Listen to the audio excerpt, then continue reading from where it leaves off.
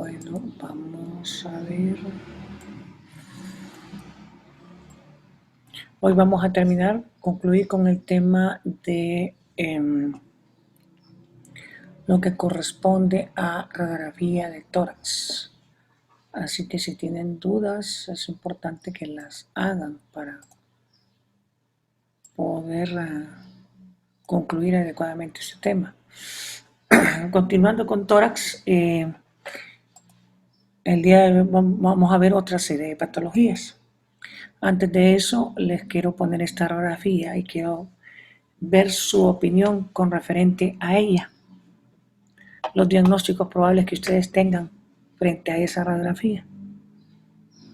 No se preocupen si se equivocan, el objetivo es orientarnos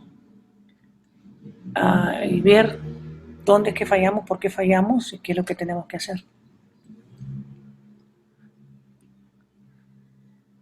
¿Qué piensa Augusto de esa radiografía? ¿Y cuál sería su diagnóstico o diagnósticos?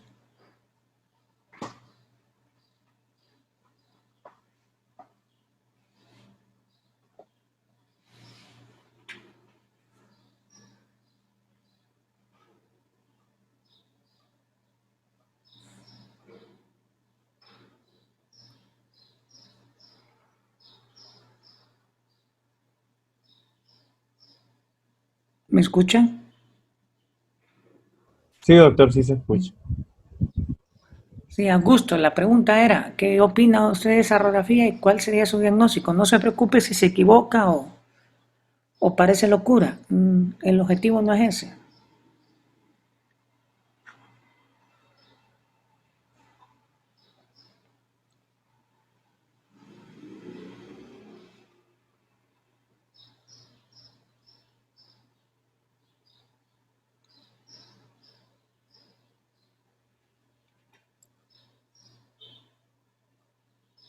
Ninguna. Cristian,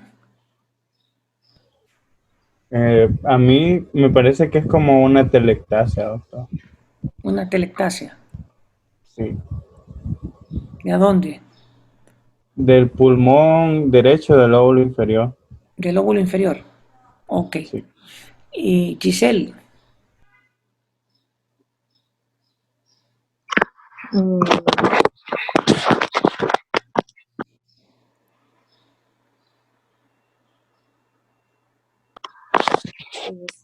es que no sé si estaré fallando, pero parece como un implante o algo así.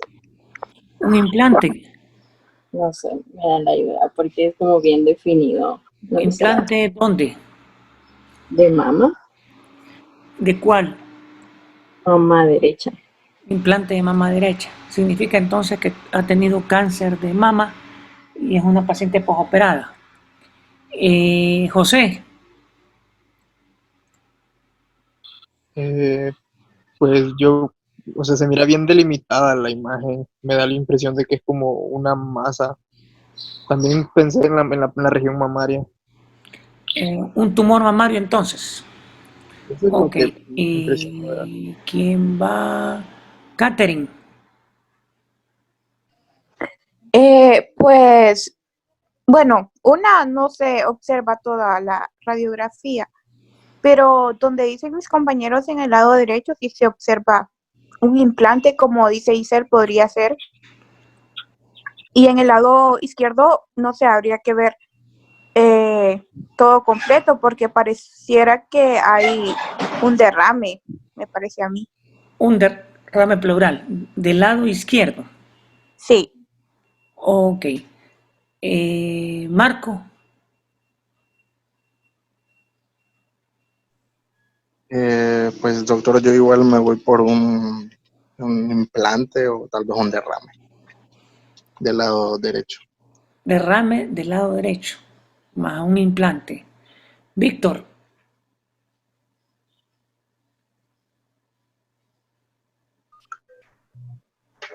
Igual concuerdo con mis compañeros, doctor. Parece un derrame del lado derecho. Un derrame del lado derecho. Pregunta. De todos ustedes, cuando observaron la radiografía, valoraron si era PA o AP, valoraron si estaba rotada o no estaba rotada, valoraron si estaba bien inspirada, valoraron si estaba bien penetrada, valoraron si estaba bien centrada. La verdad. Bueno, yo valoré si era AP y si estaba rotada, y si está rotada y es PA. Sí, es PA, yo igual determiné que está rotada del lado izquierdo un poquito. Ok.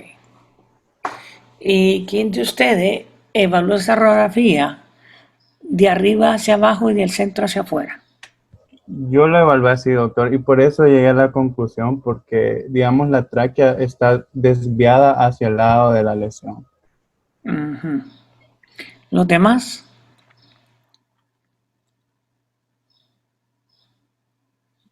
Igual lo evalué así de arriba hacia abajo y del centro para afuera. Pero lo único que me llamó la atención fue arriba en las clavículas, bueno, donde está la letra D, esas dos cositas, no sé, que se ven ahí, no sé qué es, doctor. Esta, usted dice, ay, espérame. Esta que está aquí y esta que está aquí. Exactamente, ahí. Ok, ¿es paciente femenina o masculina? Femenina. Es femenino. Son aritos, ¿verdad? Son aritos. No los pudo dejar la paciente. Ok. Cristian. Estuvo cerca, Cristian. Ahora, sí hay una telectasia, Cristian. Pero no es de la región basal derecha. Es de la región apical.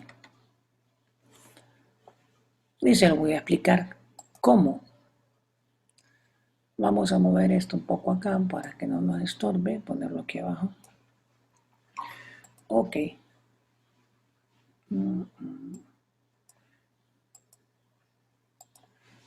Si usted se fija, la tráquea está tomando una curva y después vuelve a la normalidad. Aquí, aquí, después sigue el bronquio aquí está el otro bronquio y aquí va el otro bronquio. Si se fija, la tráquea, la parte que entra al opérculo torácico, que es este es el opérculo torácico, la tráquea que entra al opérculo torácico está siendo jalada completamente para allá. ¿Por qué? Porque justamente aquí hay una pieza que falta. Y se me borró toda. Vamos a volver a borrar, ponerla. Una pieza que va aquí. Vamos a ver qué pasa. Aquí.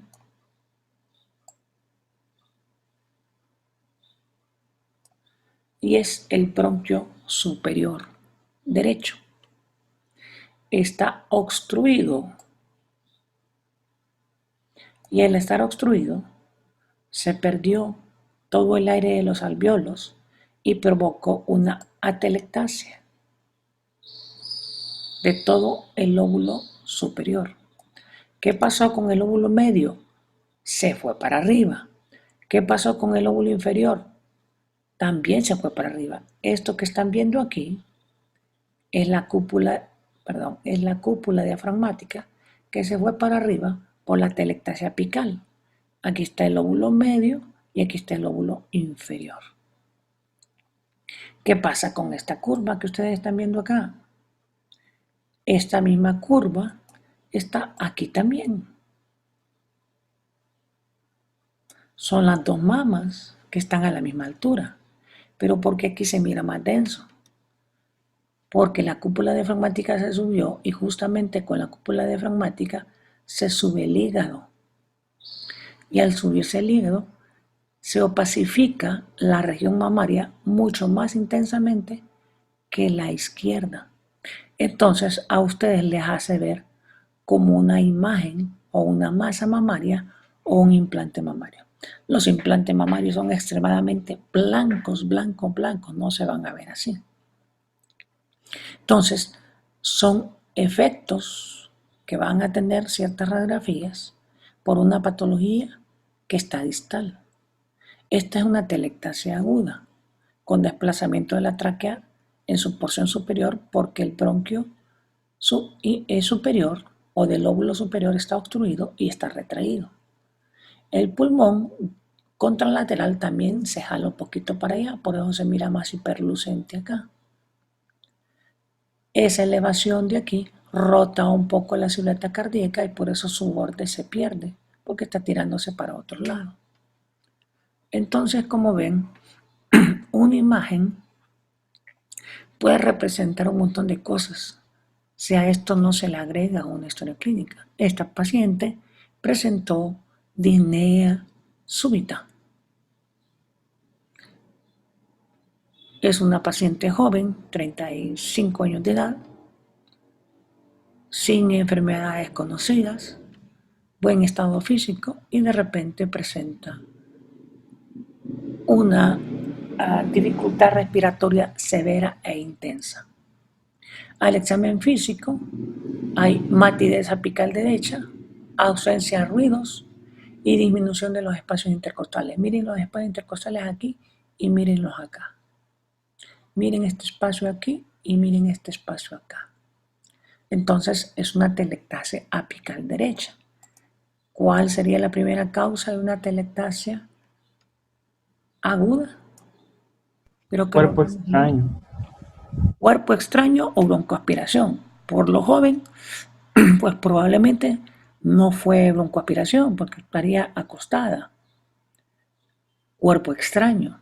Pues sí, la paciente se le desplazó un fragmento de material odontológico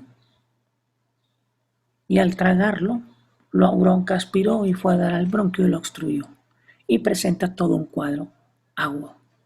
Entonces, esta es una radiografía típica de una telectasia apical derecha aguda. Si fuera ya crónica, ya la cúpula diafragmática descendería un poco más. La retracción no mejoraría, pero el descenso de la cúpula sí. Entonces, si es PA, está ligeramente rotada, ¿verdad? Por la dificultad respiratoria de la paciente. Por lo demás, es una buena radiografía, solo que sí evidencia una patología específica. Entonces, si no tienen una historia clínica, pueden dar un montón de diagnósticos diferenciales. No está mal todo lo que dijeron. Cáncer de mama, prótesis, derrame pleural, atelectasia, solo que en este caso la atelectasia, Cristian, era apical.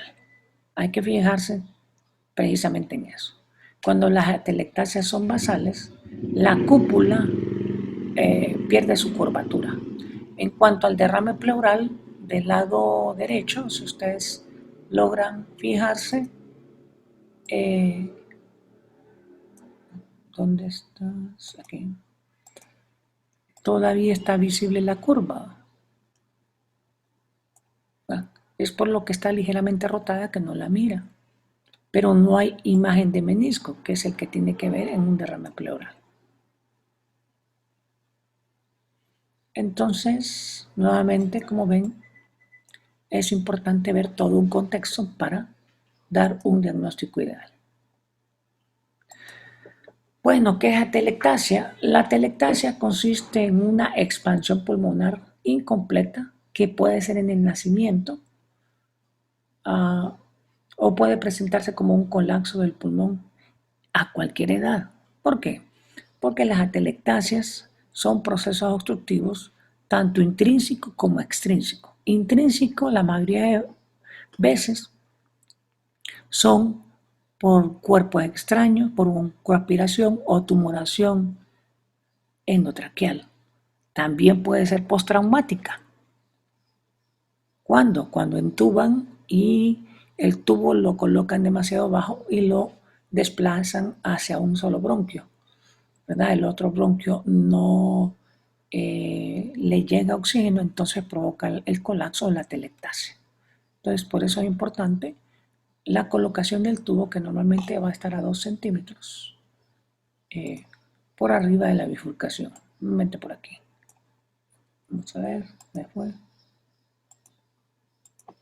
Normalmente por aquí va a estar hasta el tubo, permitiendo la hidratación adecuada de ambos campos pulmonares. Las obstrucciones pueden ser extrínsecas por masas. Estas masas pueden ser benignas, pueden ser malignas o pueden ser benignas, como la aspergilosis, ¿verdad? Aún la TB también nos pueden dar esto, por una obstrucción extrínseca. Si fuera todo el pulmón el que se colapse, el que se disminuye, sería un colapso pulmonar. Pero como son segmentos o lóbulos, los conocemos como atelectasia del lóbulo superior, atelectasia del lóbulo medio, atelectasia del lóbulo inferior, o atelectasia subsegmentaria del lóbulo tal. A veces podemos decir del lóbulo apical, del segmento apical, del segmento anterior, etc. Si tenemos dos proyecciones API lateral, lo podemos decir adecuadamente. Doctor, ¿Perdón? ¿y es posible que haya un colapso pulmonar bilateral? Eso puede ocurrir, pero con barotrauma. De lo contrario, es bien difícil. A menos que sea una alteración congénita, y esa es por falta de surfactante, ¿verdad? Los niños prematuros, por eso les dan tratamiento, porque el surfactante lo que ayuda es a permitir que el pulmón pueda tener una expansión adecuada.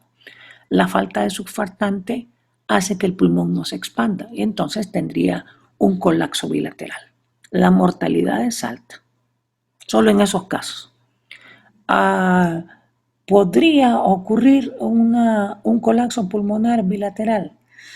Sí, en el adulto. Son raros, pero los hay. En asma bronquial aguda, ¿verdad? Cuando los bronquios se cierran y el paciente cae en paro.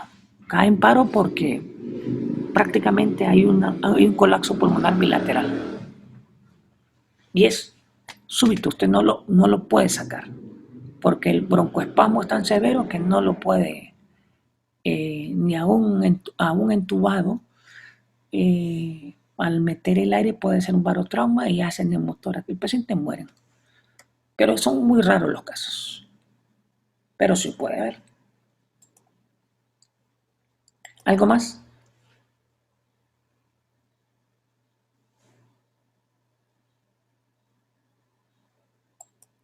Ok, aquí tenemos un caso de un colapso pulmonar total.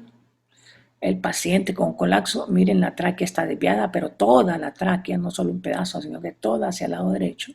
Si ven, la silueta cardíaca ya se borró, se mira un poquito jalada para acá, y si logran ver los espacios intercostales, los de aquí están disminuidos. Está todo blanco, la cúpula no se ve. ¿Por qué no se ve? Porque está elevada, todo está traccionado para acá, y las parrillas costales están disminuidas. Y este pulmón se está empezando a expandir hasta el punto que ustedes ya lo miran acá.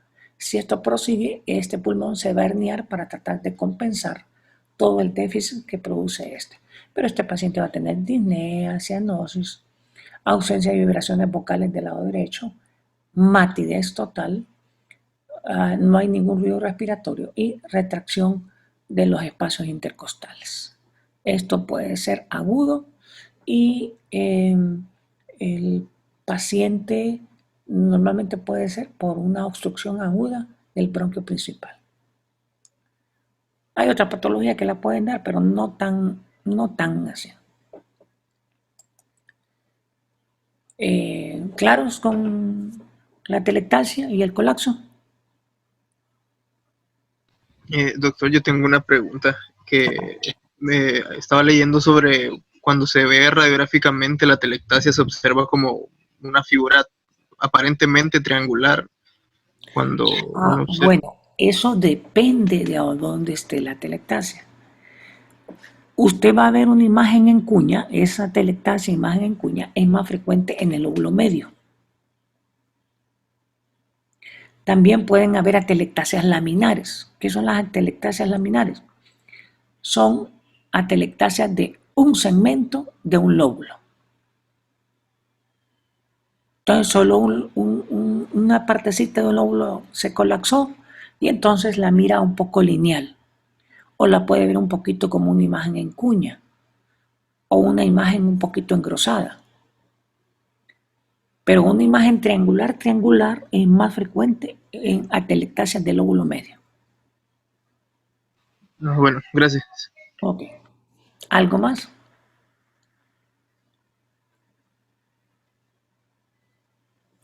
Bueno, el siguiente tema es bronquiectasia. La bronquiectasia lo pueden producir un montón de enfermedades, sobre todo autoinmunes. Las alveolitis alérgicas, la fibrosis quística, hay síndromes, procesos inflamatorios crónicos, un montón de cosas. El enfisema también, el asma bronquial también, la tuberculosis también, la neumonía en el adulto también, pero también esta bronquiectasia puede predisponer a todas esas otras. ¿Por qué? ¿Qué es la bronquiectasia?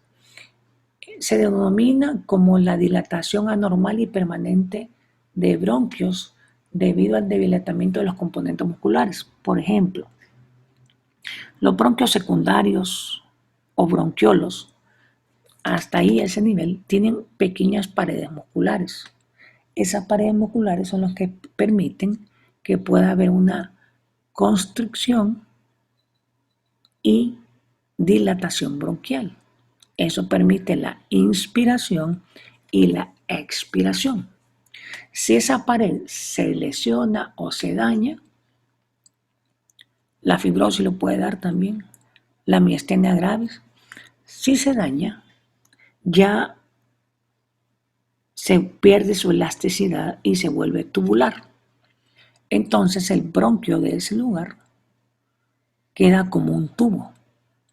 Y al quedar como un tubo, el aire tiende a acumularse porque no hay nada que lo detenga su entrada ni salida. Se va acumulando el aire. Predispone al EPOC, predispone al enfisema. Y hay un debilitamiento de la pared. Pero generalmente por el paso constante del aire genera que la misma pared se inflame. Se inflama pero no vuelve su funcionalidad. Entonces, para decirlo, que lo entendieran, quedaría como un tubo de PVC. Que si ustedes soplan a través de un tubo de PVC, saldría un sonido fuerte. Eso es lo que llama la atención cuando escuchamos periféricamente roncus.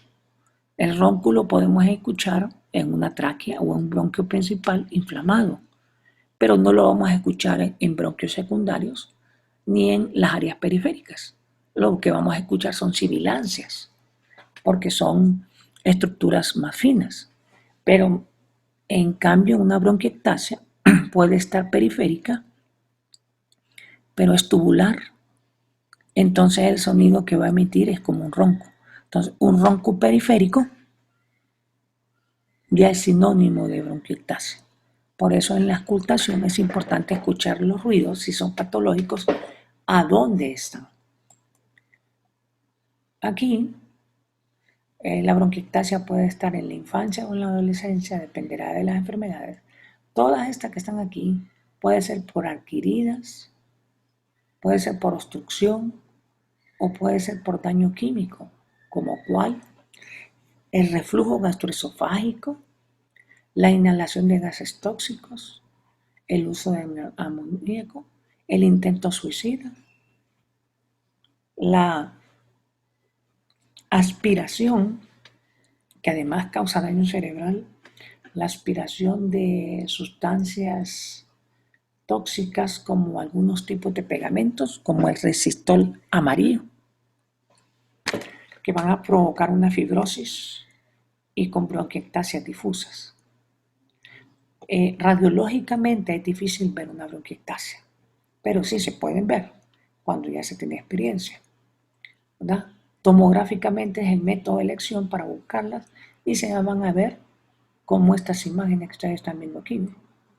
Tubos con pared gruesa. Y la característica de estos tubos con pared gruesa es que en la periferia de ese tubo grueso hay otra imagen densa, ligeramente redondeada. Parece un anillo de compromiso, pero se le llama anillo de sello. ¿Por qué? Porque se parece mucho a los anillos que usaban en la antigüedad los césares de Roma o los imperios medo-persas, que tenían unos sellos en el dedo, se metían en el dedo, el anillo era un sello, y con eso sellaban un decreto o alguna cosa que una sentencia. Entonces se le llama imagen en anillo de sello. Se mira más frecuentemente por tomografía, en este caso aquí estamos viendo varias. Estas imágenes van a predisponer a neumonías, van a predisponer a telectasias, van a predisponer a infecciones recurrentes y pueden también provocar hemoptisis. La característica de estas hemoptisis que son hemoptisis rutilantes, o sea, hemoptisis rojas. Las hemoptisis de la TB son más oscuras. Las hemoptisis del cáncer broncogénico no son tan rutilantes. Y las hemoptisis por el edema agudo del pulmón es burbujeante y rosáceo. Entonces, hasta desde el punto de vista clínico hay un poco de diferencia. Lo importante es hacer una historia clínica y el tiempo de evolución nos ayudará a sospechar cuál es la patología. Otra de las patologías que van a ver con mucha frecuencia es el enfisema. El enfisema es una patología de atrapamiento aéreo. El atrapamiento aéreo es porque el aire que entra a los pulmones entra con facilidad, pero no puede salir adecuadamente. Esto se ve frecuentemente por alteración a nivel de las paredes de los alvéolos y por ligera rigidez de las paredes de los bronquios. No se convierten en bronquiectasias, pero pierden ligeramente su expansibilidad, sobre todo de retorno, no de entrada. Entonces, eso provoca acumulamiento de aire y a eso le vamos a llamar atrapamiento aéreo. Esta es una radiografía de un paciente con enfisema. Ahora, hay algo importante que tengamos en el enfisema. El enfisema, su diagnóstico definitivo no es clínico ni tampoco es radiológico. Su diagnóstico es por espirometría. La espirometría es el estudio esencial para definir si tenemos un paciente con enfisema y con qué restricción está en ese momento.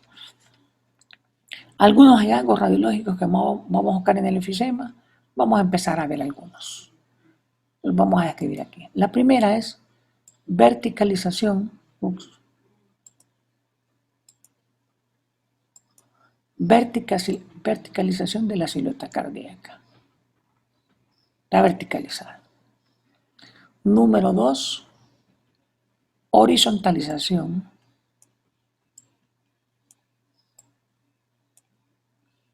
de los arcos costales. Deberían de tener una forma así. Y los otros deberían de tener una forma así. Más sin embargo, se están ampliando estos más y se están acostando a estos. Agregando a eso, aumento del espacio intercostal, tanto apicales, miren, están amplios, como basales. Claro, siempre van a estar más basales, ¿no? Pero hay un aumento increíble en los espacios intercostales. Número 3. Van a ver los pulmones negros, tanto a la región apical como a la basal. A eso se le llama hiperlucencia pulmonar. Número 4. Aplanamiento de las cúpulas diafragmáticas. En vez de tener la curva acá, se ponen rectas o se invierten. Número 5. El tórax normalmente tiene una forma triangular. así, pero esta tiene una forma tubular así. Si lo pusiéramos de lado, miraríamos que el diámetro transverso es igual que el diámetro posterior. Entonces, todos esos hallazgos radiológicos no simbolizan que hay un atrapamiento aéreo severo en este pulmón y que probablemente esté asociado a un enfisema. Como solo podemos decir que hay atrapamiento aéreo sospechoso de enfisema, hay que caracterizar qué tipo de enfisema tiene, porque eso nos da pronóstico y tratamiento. Y para eso sí es importante la tomografía. Y aquí tenemos una tomografía de un paciente con enfisema donde miramos bronquiectasias. Aquí hay bronquiectasias, ¿verdad? Aquí hay bronquiectasias, ¿verdad? Hay formaciones de quistes y que están en la periferia y están en el centro. Y hay engrosamiento, esto que está aquí es engrosamiento intersticial. Entonces es un enfisema panlobular. O sea, afecta a todos los lóbulos desde el centro hasta la periferia. Este tiene un mal pronóstico.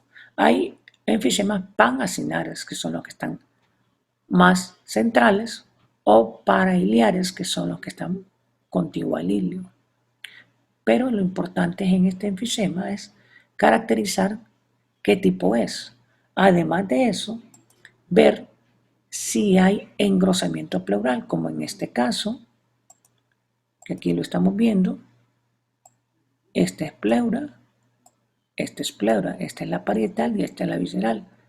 Hay un engrosamiento de la pared y eso va a limitar más la expansibilidad pulmonar.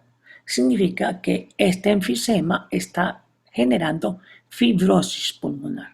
Y esto es importante sobre todo cuando la fibrosis es de las regiones apicales. ¿Por qué?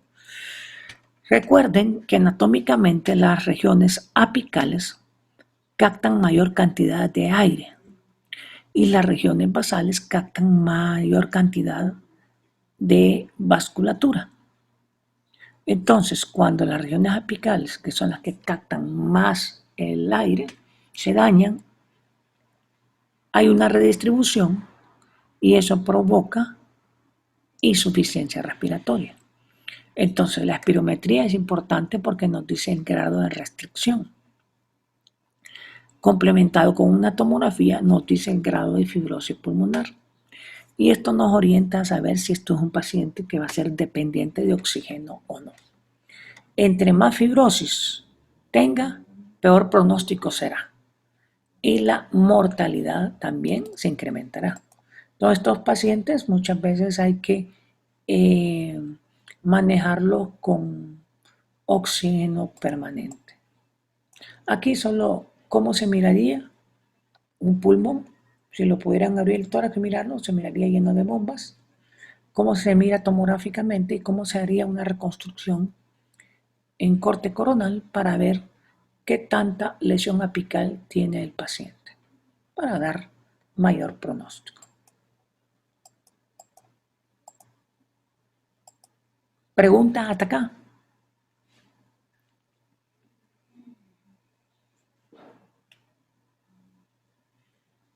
¿Hay preguntas? Por ahora no, doctor.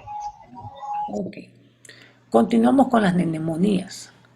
La neumonía es una patología infecciosa, pero las neumonías tienen sus rangos o edades de peor pronóstico.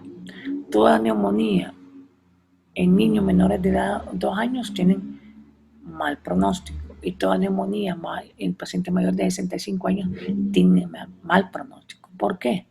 Tiene que ver mucho con el recambio de oxígeno, tiene que ver con los cambios inmunitarios, ¿verdad? Que no están bien desarrollados antes de los 2 años y después de los 65 años van en declive. Entonces predisponen a diseminación de la infección. La neumonía empieza por una afectación alveolar o una afectación intersticial, cualquiera de las dos. Entonces, la afectación se va a dar entre alvéolos. O sea, un alvéolo se comunica con otro y lo puede contaminar, ya sea por trasudado o por exudado. A eso se le llama infiltrado. Entonces, el exudado o trasudado va infiltrando cada alvéolo. Y entre más alvéolos va contaminando, los va uniendo. A eso se llama coalescencia. Pero cuando ya son varios grupos, este es un grupo de alvéolos, esto era una coalescencia, pero cuando ya son dos grupos, porque este está dependiendo de otro bronquio terminal, este es un bronquio terminal con un grupo alveolar, si solo es este, es una coalescencia, pero si ya se contamina este, ya no es una coalescencia, es un consolidado, y así sucesivamente, hasta que ustedes vean una neumonía multifocal de tipo alveolar, porque solo está afectando los alvéolos. Si por el contrario los alvéolos estuvieran libres y fueran los bronquios, entonces se convertiría en intersticial. Pero si esta afección alveolar provoca líquido en el intersticio, o sea, aquí en medio, se convertirá en mixta, alveolar e intersticial, o retículo nodular. Entonces, esto es un cuadro neumónico que es el que están representando ustedes aquí. Como no miran líneas, sino miran una opacidad blanca, lo más seguro es de tipo alveolar. Segmentario, porque si es el lóbulo inferior, perdón, es el lóbulo superior, lo que está afectando es la língula inferior. Es una neumonía únicamente de esto. ¿Necesitamos una proyección lateral izquierda? Sí, para ver qué tanto se extiende. ¿Para qué les ayuda eso? Bueno, para pronóstico. Porque entre más baja esté la neumonía, entre más contacto haga con la pleura inferior, más probabilidad de derrame pleural tendrá. Y una neumonía con derrame pleural es una neumonía complicada. Entonces es importante manejar la embriología, la histología, la fisiología, fisiopatología de la enfermedad para complementarlo con una radiografía de tórax. La clínica siempre va a ser fundamental. Aquí tenemos una radiografía de tórax, en donde tenemos una imagen densa que tiene líneas, pero que tiene pelotitas y que se encuentra en medio de una cisura. Esta es la cisura horizontal. O sea, está comprometiendo el lóbulo superior y el lóbulo medio. Este paciente va a generar derrame pleural. Y como es una neumonía mixta, es una neumonía complicada. Y es para iliar porque el borde del corazón está atenuado, pero no está borrado. Pero una neumonía como esta, que esté afectando dos lóbulos de estas características, hay que agregarle la edad y el sexo. Porque una de las primeras que yo pensaría sería Klebsiella, por su ubicación y por su posición. Pero tendría que asociarlo al tiempo de evolución de la enfermedad, la edad del paciente y cómo inició. Como ven, yo voy a agregar toda una clínica a esta imagen para llegar a una conclusión diagnóstica. Si no, va a ser un poco difícil. Puedo llegarlo a hacer por imágenes que he visto un montón, pero siempre va a haber error por no tener una clínica adecuada, que frecuentemente sucede. Aquí ya lo han visto la vez pasada, solo recordándolo, esta imagen de una neumonía anterior, de una neumonía pariliar o media y de una neumonía posterior.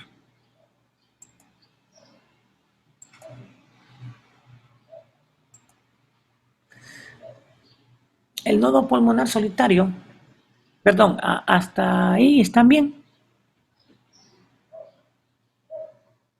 ¿Hay alguna pregunta?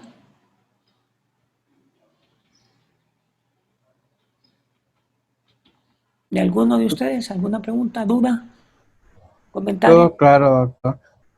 ¿Los demás? Ninguna, doctor. Ok. Todo claro, doctor. Bueno, nódulo pulmonar solitario. No les voy a hablar mucho. Si me dedicara a hablarles de esto, serían solo 2 semanas para hablar de esto. Lo importante que tienen que saber es que para que se llame nódulo, tiene que ser una lesión menor de 3 centímetros. Toda lesión que tiene un tamaño menor de 3 centímetros se llama nódulo pulmonar. Toda lesión mayor de 3 centímetros es una masa, independientemente de donde esté ubicada.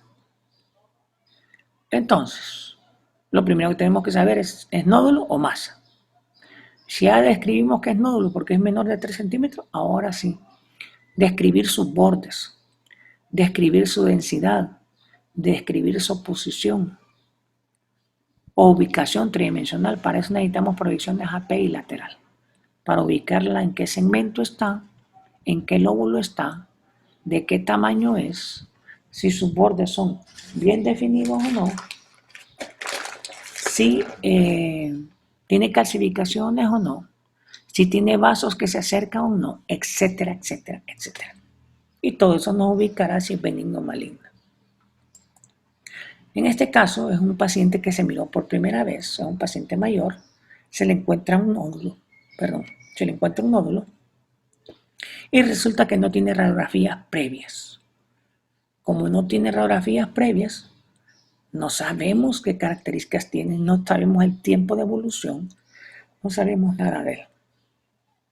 Y por eso le complementamos con una tomografía en donde medimos la lesión, tiene 3 centímetros, es de bordes bien definidos, es homogénea y con la administración de contraste no captó, ni periféricamente realzó, ni centralmente realzó. Entonces, esto, hasta que no se demuestre lo contrario, es benigno. Entonces, si es benigno, ahí nomás lo dejamos y le decimos, mire, usted tiene un nódulo. Claro, describimos bien las medidas, tamaño y volumen, porque en la próxima radiografía o tomografía que se haga, se van a comparar esas mediciones. Si le hacen la radiografía un año después y ha crecido un 25%, eso inmediatamente va a estudio histopatológico por la probabilidad de un cáncer.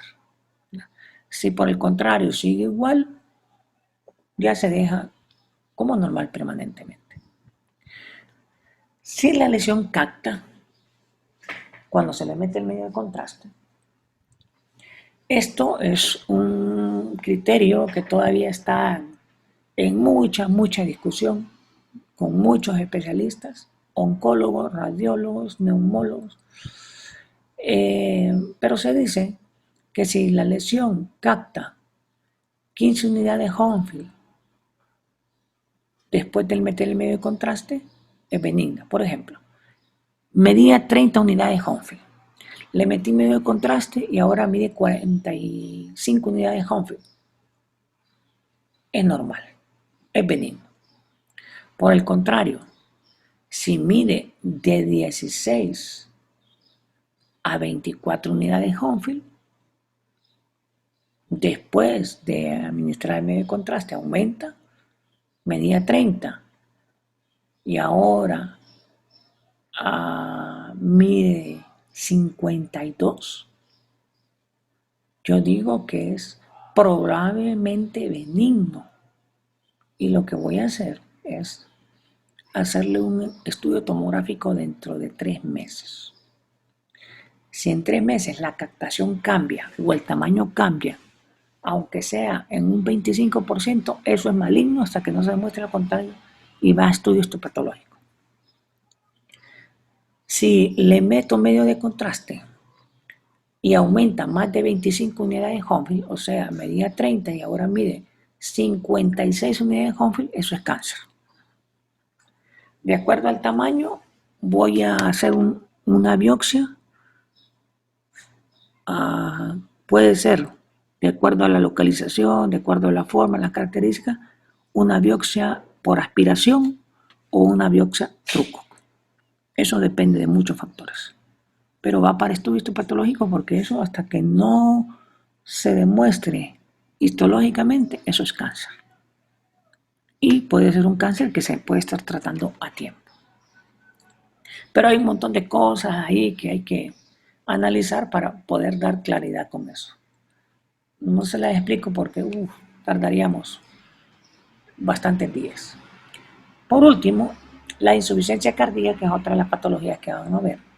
La insuficiencia cardíaca tiende a ser un poco más difícil porque no es adecuadamente bien valorable, porque todos los pacientes o el 90% de los pacientes con insuficiencia cardíaca, las radiografías van a ser AP.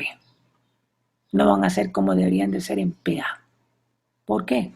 Porque el paciente está encamado, a veces está entubado, a veces tiene un montón de cables y monitores y dificultan que pueda ponerse la placa adelante y tomársela de atrás, ¿verdad? A veces son con sobrepeso y la placa hay que poner atrás porque no hay de otra forma. Entonces, lo importante es que recuerden que los hallazgos pueden ser múltiples, como tos, fatiga, debilidad, desmayo, inapetencia, poliuria, inflamación de los pies o edema de miembros inferiores, como lo quieran decir, alteración irregular en los pulsos, dificultad respiratoria, que puede ser ortopnea de leves, moderados o severos esfuerzos, edema de tobillos, aumento de peso por recarga, hepatomegalia por recarga, ascitis también.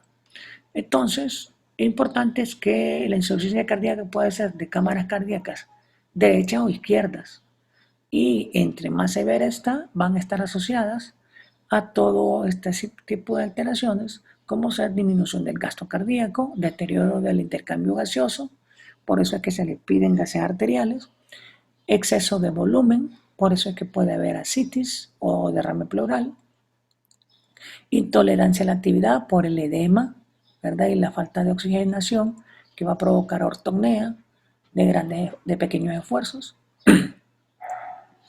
cambios en el estado de salud, ¿verdad? Que generan ansiedad en el paciente. Entonces, recordando que los de cámara cardíaca izquierda más frecuentes van a estar asociados a hipertensión, ¿verdad? Por elevación de la presión arterial, valvulopatía, que puede ser aórtica o mitral, o coartación aórtica, ¿verdad? A veces la coartación aórtica se mira, uno pensaría que la tiene que ver en niños, pero hemos visto casos de que la coartación se manifiesta a la edad adolescente. No sé cómo es que no han presentado síntomas antes. Cámaras cardíacas derecha, hipertensión pulmonar. ¿Quién la va a provocar? Todas las enfermedades pulmonares obstructivas. El EPOC, el asma bronquial, la bronquitis crónica, el enfisema, nos pueden provocar hipertensión pulmonar. También la valvulopatía pulmonar o tricuspide. Entonces, hay otras enfermedades como problemas de tiroides, el hipertiroidismo, hipotiroidismo, nos van a alterar las frecuencias cardíacas y nos pueden dar insuficiencia. Las fibrilaciones, las miocardiopatías, sobre todo miocardiopatías dilatadas, pueden darnos eso. Aquí tenemos dos radiografías de dos pacientes diferentes con insuficiencia cardíaca. Una es una insuficiencia cardíaca ya crónica, ya conocida, y esta es una agudizada que está entrando en edema agudo de pulmón. Recuerden, las insuficiencias cardíacas nos pueden dar en un edema agudo de pulmón y la descompensación de un edema agudo de pulmón es terrible. Aquí tenemos una insuficiencia cardíaca y lo podemos demostrar por algunos factores que encontramos en él, como ser derrame pleural, los signos del menisco, borramiento de las bases, un patrón intersticial, ¿verdad?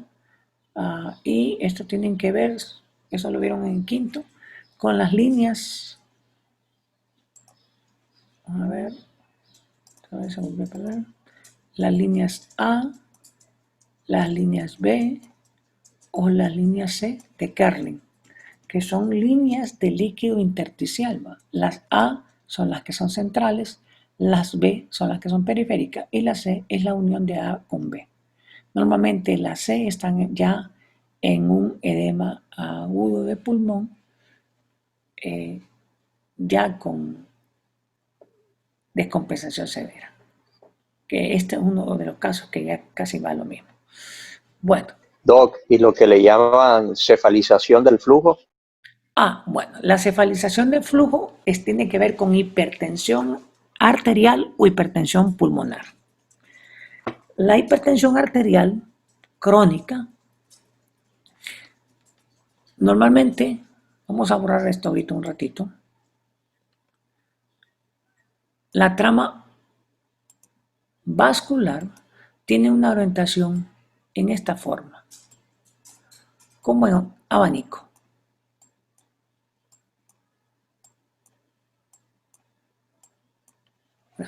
Y así es normalmente, como un abanico. Cuando hay hipertensión arterial sostenida, lo que ocurre es que este abanico se pierde. Aquí se conserva. Aquí se conserva, pero arriba no se conserva. Y la trama vascular se vuelve recta. La de aquí se conserva. Además de eso, que se verticaliza, a esto se le llama cefalización de flujo. Además de eso, el grosor normal de los vasos sanguíneos inferiores es 2:1, o sea, 2 veces el grosor de aquí en comparación del grosor de acá. En la hipertensión arterial crónica se vuelven 1:1, o sea, el grosor de aquí es igual al de acá. Pero en la hipertensión pulmonar se vuelven 2:1. El grosor de aquí es 2 veces más grueso que el de aquí. Además que está cefalizado. También a eso le llaman redistribución de flujo. La redistribución es porque el flujo se supone que es más hacia abajo que hacia arriba. En la hipertensión, el flujo se vuelve más superior. Y eso es lo que hace la descompensación cardíaca. ¿Estamos claros hasta ahí? Sí, doctor. Sí, doctor. Okay. Entonces, aquí tenemos cefalización de flujo, engrosamiento de los vasos, son 1:1, pero aquí llama la atención, miramos un corazón grande, poquito rotada, pero es PA, está bien inspirada, está centrada, podemos valorar todo, pero si el corazón se mira grande, pero si ustedes se fijan, se mira grande y abombado el ventrículo izquierdo.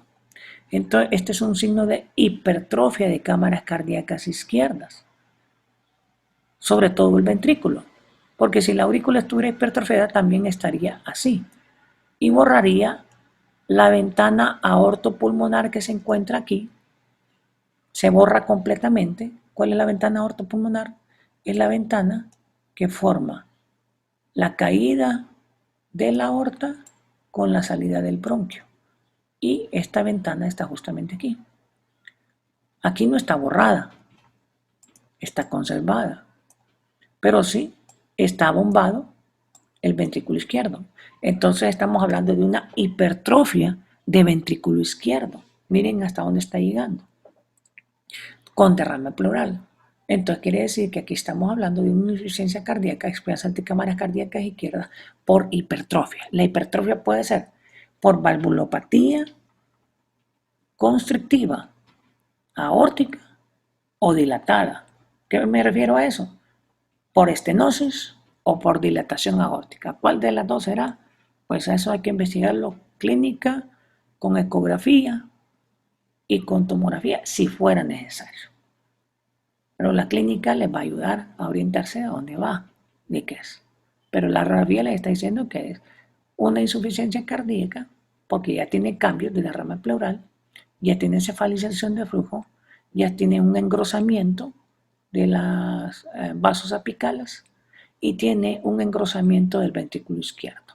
Tiene un borramiento del otro lado, que significa que hay un poquito de líquido acá también en relación a un derrame. Entonces, si tienen las dudas todavía, si tienen hipertrofia de cámaras cardíacas izquierdas, tomarían una radiografía lateral de tórax. ¿Y qué les ayuda la radiografía lateral de tórax? Ok. ¿Se acuerdan del espacio retroesternal? Que lo vimos cuando el mediastino, anterior, medio y posterior. Pues el espacio retroesternal se borra completamente si hay aumento de las cámaras cardíacas derechas, ya sea aurícula o ventrículo. ¿Se acuerdan del espacio que está atrás del corazón, que se llama retrocardíaco o prevertebral? Tal vez más adelante en una radiografía se mira. Si se borra ese espacio, significa que es hipertrofia de cámaras cardíacas izquierdas. Creo que hay una radiografía, ahí se lo voy a enseñar. En este otro caso que está acá, ven un corazón agrandado, pero lo que llama la atención en este corazón es que tanto el lado derecho como el lado izquierdo como el lado derecho están aumentados. Entonces, parece una cardiopatía dilatada. La cardiopatía dilatada puede estar asociada a infarto de miocardio repetitivo, puede estar asociada a una enfermedad de Chagas, aunque la Chagas sería una bolsa, no sería como esta. Pero sí, lo importante en este es que está en una insuficiencia cardíaca descompensada. ¿Cómo sabemos que está descompensada? Por el corazón, porque es un corazón de peluche. ¿Por qué le llamamos corazón de peluche? Porque tiene un montón de fibritas en la periferia. Y estas fibritas son parte de las líneas de Kerlin pequeña que están adyacentes al pericardio por presencia de líquido. Entonces se le llama corazón apeluchado y es típico de insuficiencia cardíaca aguda. Además de eso, las líneas A, hay pequeñas líneas B y aquí hasta la cisura está formando una línea C. Aquí está una línea B y aquí hay un poquito de borramiento líquido, aquí no. Pero estos son datos de insuficiencia cardíaca y si ustedes miran, los vasos están para arriba y son más gruesos todavía que los inferiores. Entonces están en una insuficiencia cardíaca aguda. Este paciente en un instante les caerá en un edema agudo de pulmón. Y eso es precisamente lo que tienen que evitar ustedes para que no se les descompense. Aquí está. Esta imagen me va a servir. Este es el espacio retroesternal y este es el espacio retrocardíaco. Miren, el ventrículo izquierdo está acá. Cuando está hipertrofiado, se abomba y se va para acá. Entonces se disminuye el espacio retrocardíaco. Si fuera la aurícula o el ventrículo, se abomban y disminuyen el espacio retroesternal. Entonces, cámaras cardíacas derechas, cámaras cardíacas izquierdas.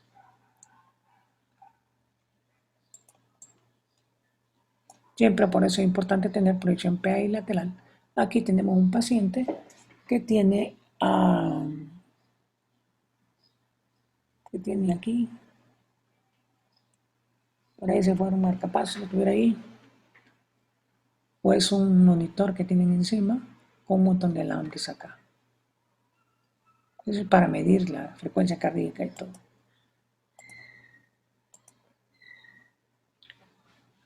Los derrames pleurales. Bueno, la importancia de los derrames pleurales es la siguiente. Cuando usted le dice a su médico, tiene un derrame pleural, al final al médico le interesa saber dos cosas, o tres.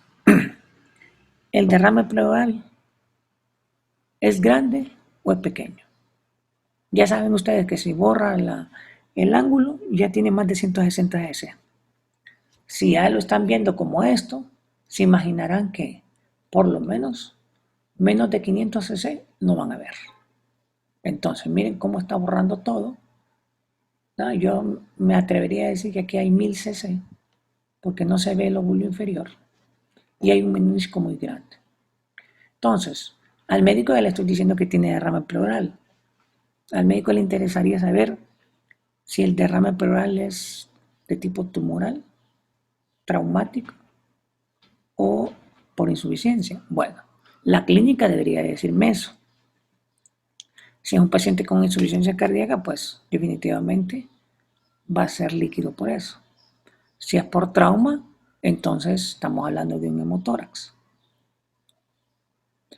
Pero si es tumoral, entonces estamos hablando de líquido secundario a un proceso inflamatorio pleural por el tumor. Entonces, para eso se van a hacer lo que se llaman las toracocentesis. La toracocentesis me va a permitir sacar líquido para mandarlo a estudio histopatológico o histoquímico. Pero también le va a decir al médico si va a poner una sonda pleural. ¿Para qué? Para sacar el líquido.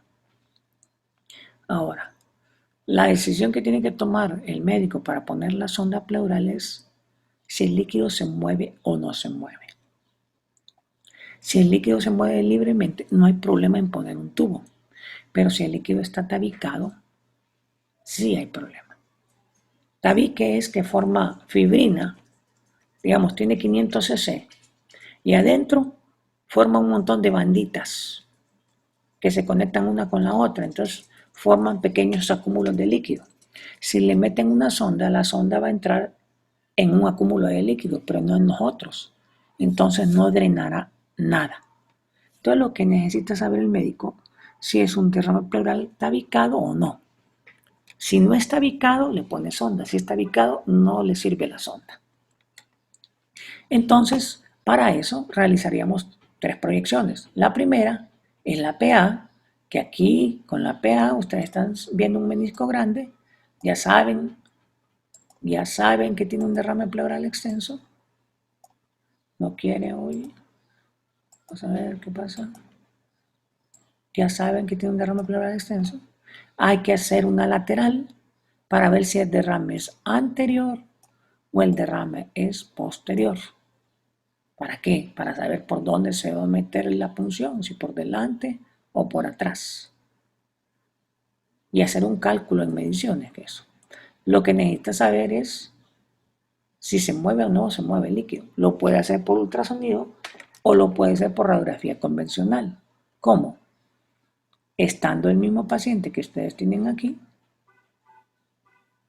una proyección PA, le van a hacer una proyección de cúbito lateral. O sea, van a acostar el paciente pegando el costado derecho hacia la placa de película.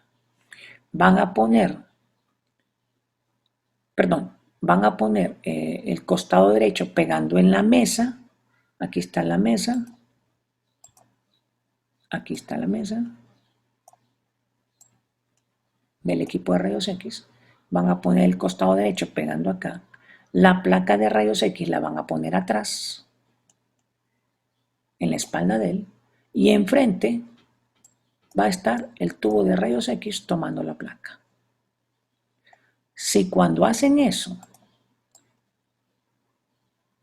la curva que está aquí se pierde y se forma aquí, miren que aquí está la curva. Esta curva es esta curva.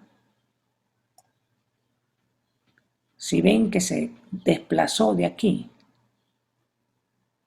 para formarse aquí, significa que el líquido se mueve fácilmente. Entonces se dice que es un derrame pleural no tabicado. Y entonces lo que van a hacer es meterle un tubo. Pero por el contrario, le hacen la radiografía y la imagen persiste acá y aquí no queda nada, sino que sigue acá, significa que el derrame pleural, perdón, es al revés la cosa aquí.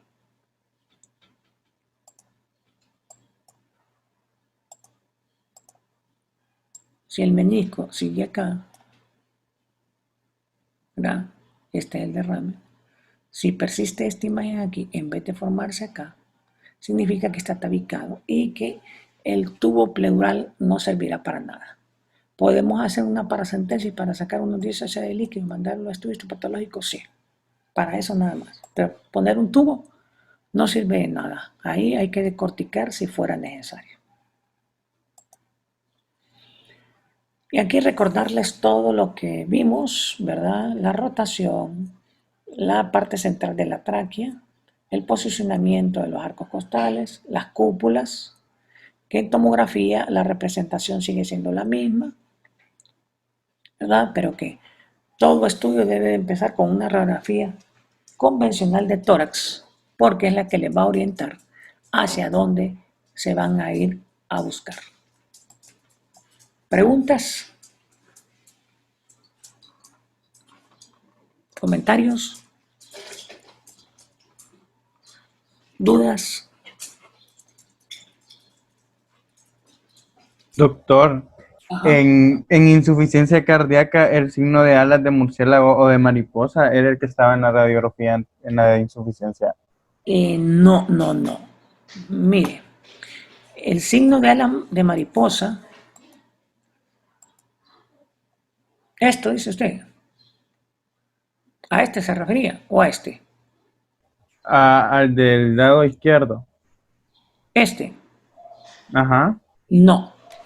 El signo de la ala mariposa se mira acá. Y es que parece ala de mariposa, pero ojo, hay que tener cuidado.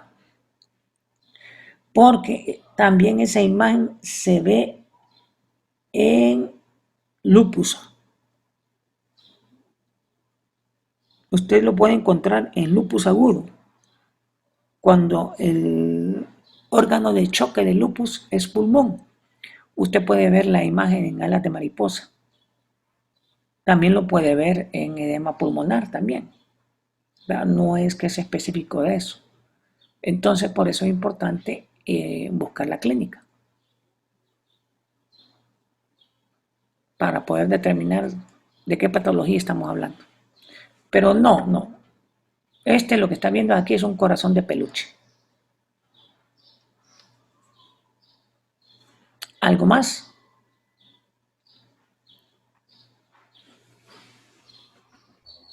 No, doctor.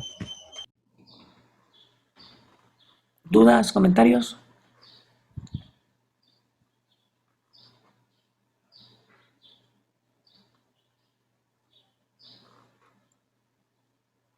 ¿No?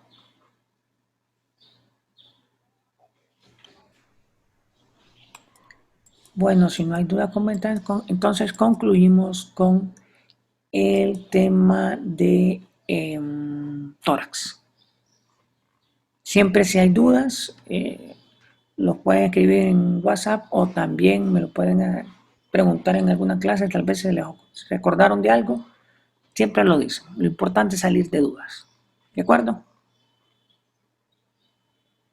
Sí, Está doctor. bien. Ok. Bueno, perfecto. Nos estamos viendo, si Dios lo permite, el día de mañana. Hasta mañana, doctor. Gracias, doctor. Buenas tardes.